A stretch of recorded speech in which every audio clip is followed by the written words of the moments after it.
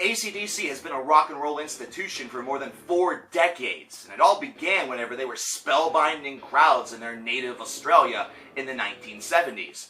But throughout doing that, it led them to international acclaim, and eventually Back in Black becoming the #2 best-selling album of all time, behind only Michael Jackson's Thriller.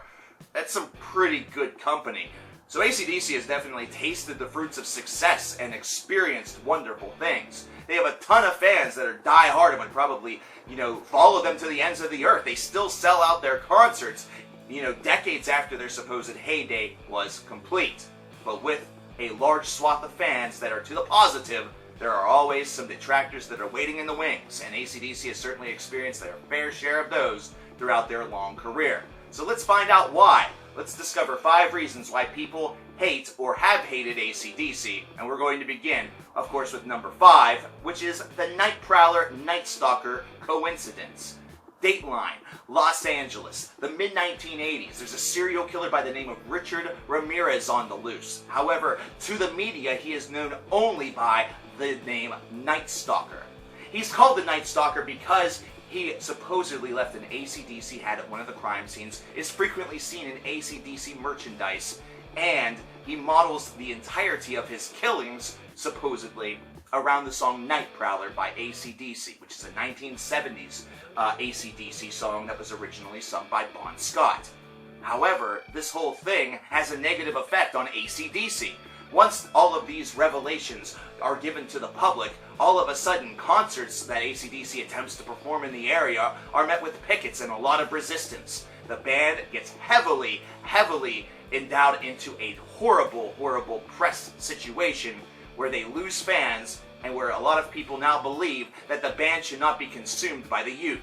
That's right, in the late 1980s and even going on into the 1990s, there was a whole grouping of people that turned against AC/DC based around the actions of a man that wasn't even in the band.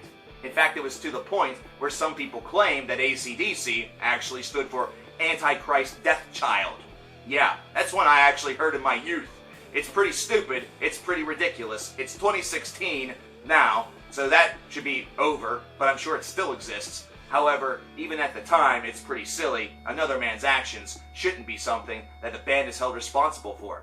However, whenever you listen to the song Night Prowler, you start to understand that the lyrics don't exactly involve what the band say that they do. The band says that it's all about a guy sneaking into his girlfriend's room, perhaps for a night of fun.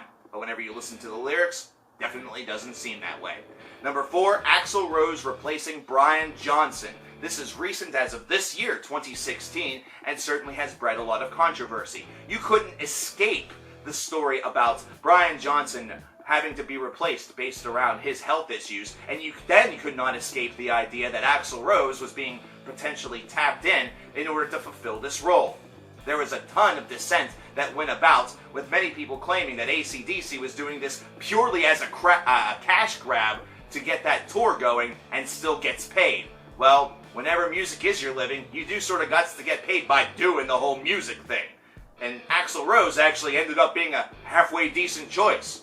The reason why you don't hear as much about this Axl Rose controversy with AC/DC right now is because people started to hear his performances in Brian Johnson's absence and realized that, hey, Kid actually has pipes, and Kid actually does do a lot of respect to AC/DC material. Who'd have thunk it?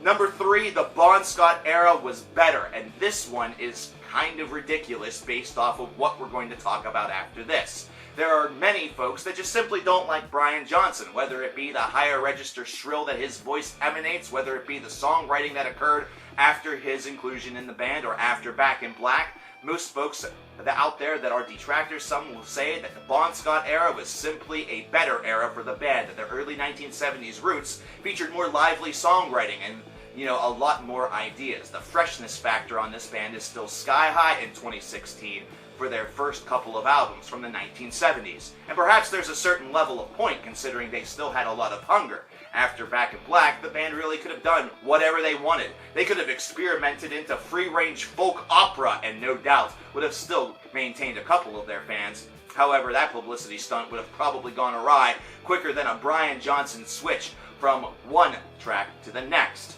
Either way, this is definitely something that is out there. There are a lot of AC/DC fans that are detractors only to the Brian Johnson era, and those were also ones that were quick to criticize the group for including Axl Rose. Number 2, they released the same album over and over. And we might as well couple this with number 1, officially making this probably the quickest journey to number 1, which is that every song sounds the same. I'm going to bond these two together because they're kind of one and the same. They deal with the same idea, the music. Overall, whenever it comes to personalities in the band and different things like that, AC/DC's really kind of held the banner high throughout the years. So there's been nothing like that. Most folks that ended up disliking this band are, purely musical based. After the success of Back in Black, like we discussed, there was definitely a real depression point that a lot of people felt, considering it seemed that they just tried to replicate the success of Back in Black with each subsequent album, not really doing very much in order to try to captivate the audience once again. With each progressive release after the 1980s smash success, it seemed like the songwriting was going absolutely nowhere, and in fact it almost sounded like they were being ordered to try to write within that same philosophy.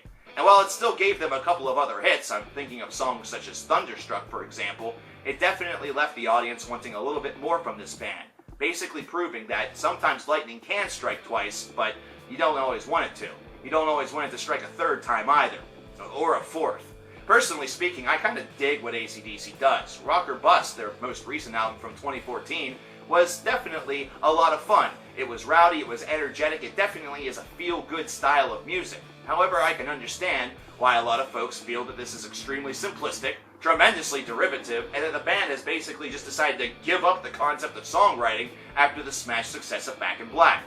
With that being said, every song sounding the same is once again another criticism, and this actually could go back even further to some of the elements of the Bon Scott era. That familiar thump, that familiar, gallop that you get from the Youngs, that familiar idea, that familiar range that you get from either Scott or Brian Johnson. With Brian Johnson, it's a little bit more prevalent. Every song seems to be within the same idea.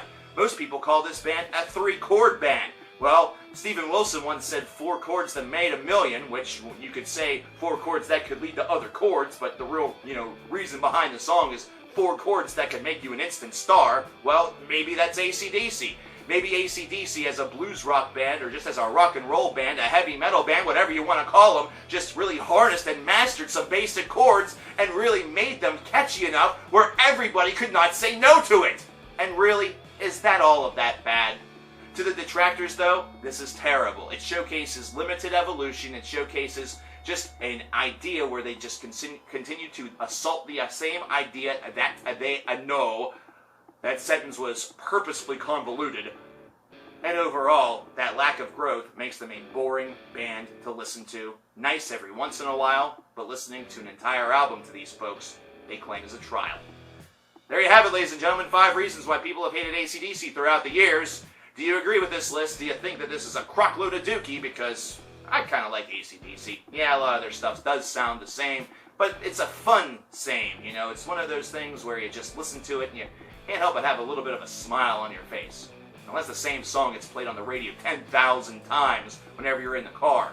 And that gets a little bit of a piss off. Yeah, I kind of don't like You Shook Me All Night Long very much right now. But either way, I want to thank Louie out there. You know who you are. This video was actually made possible thanks to him and his donation to the CKN Patreon. If you want to become a part of that, there's a link in the description box where you can do that. If you want to see another band roasted, toasted, burnt to a crisp by the 5 Reasons Enterprise, leave your suggestions in the comments as well. I'm coverkillernation, and I'll talk to each and every one of you guys next time. Take care.